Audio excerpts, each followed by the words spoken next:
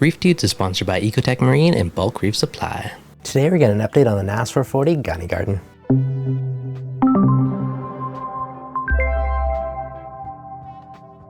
What's going on, guys? Devin from ReefDudes. Now it's been a bit since I've done an update on the Nyos 440, and this tank is my little Goni garden and a bit of a torch garden, but regardless, let's get to an update. Now the last time you guys saw this tank is probably when I did the edge video on it. So I've been running these lights on the tank for probably about 2 months now, and I'm really happy with the colors that I'm getting underneath it. Now again, it's always harder to pick it up on camera, but there's really nice color pop, and it's looking pretty dang good right now.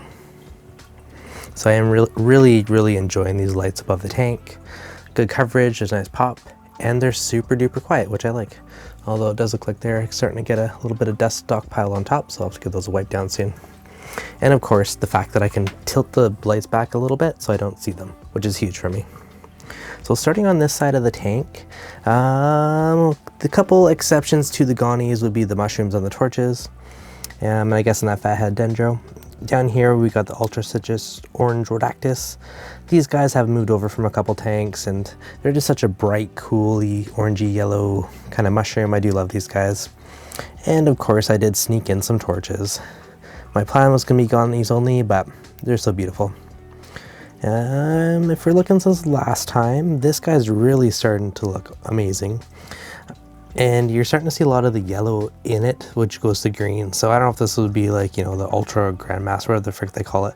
But either way, it's definitely a beauty, and it's super bright. Beside there, we got the Dragon Soul. And behind it, this guy's kind of like a Indo Gold, I'd say. And the one behind that one, I think it's called an Indo Blue tip. It's kind of like the Dragon Soul. The tips are a little more bluey vibrant, but then the color strips on it are not quite as intense as the Dragon Soul. And this one, I think somebody said it was a New York Knicks or a court jester, whatever it is, but it's got purple and yellow stripes, which I think looks really cool. And then we got over here, we got a black torch, and then beside that one is a bit of a green with little dots on it. And another little tiny short tentacle goldy one at the front. So yeah, that's my little torch island, and I'm pretty stoked with how that's coming together. Now the main focus of the tank is the Goni garden. So these other two islands are 100% Goniopora. The clown is hosting them. He is going through the different ones. They don't seem to care. The clown in my nano has been hosting the Gonis for a while, so it seems to be working out pretty well. The newest addition would be this little Goni garden frag plug I picked up from Reef Wholesale not too long ago. It's got a pink, a green, a goldy one, and another one on it. I haven't taken them off the disc yet, but at some point I will break them up just to spread them out more for when they eventually grow.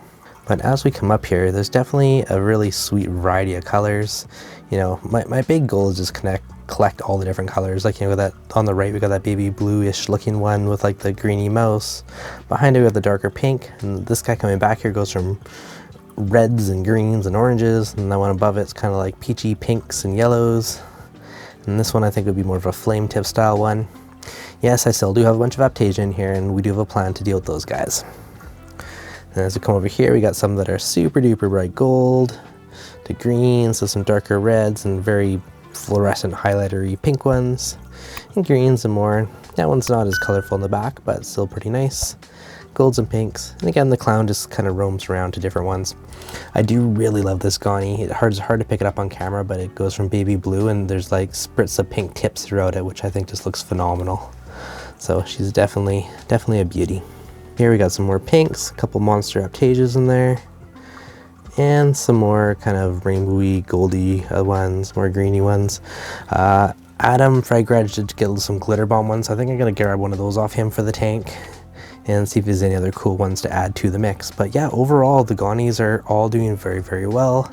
If I come in there, that little guy is the one that I was trying to revive a while back that wasn't doing 100%. So it's really nice to see the polyps are out, and it seems to be happy once again.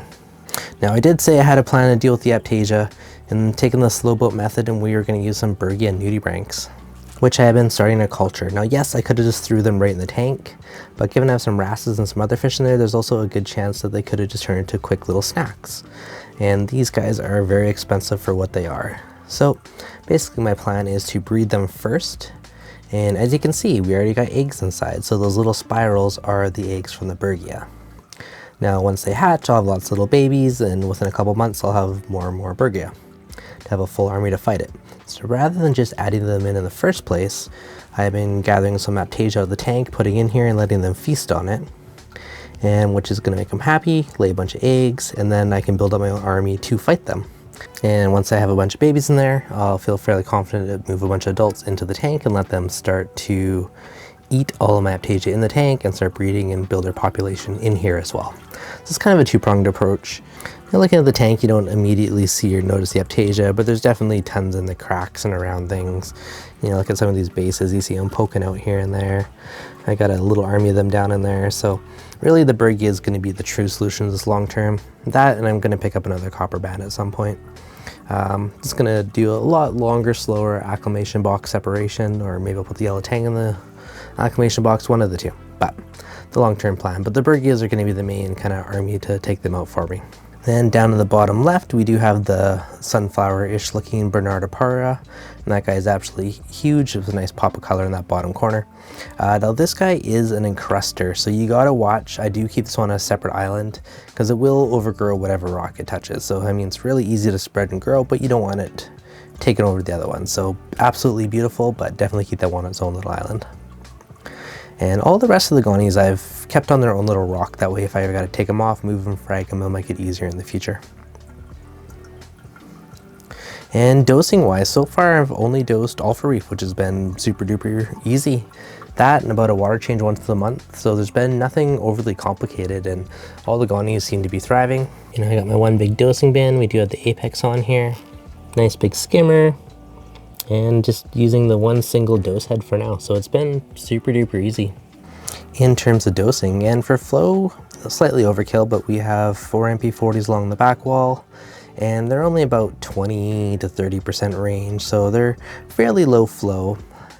And yeah, overall the tank's been super duper easy so far. Everything's happy and thriving. You know, my only issue slash complaint would be the Aiptasia, but our little army of Bergia is definitely going to deal with them for us. Now, if you have any questions on the Goniopora garden or the NASR 40, be sure to let me know in the comments below.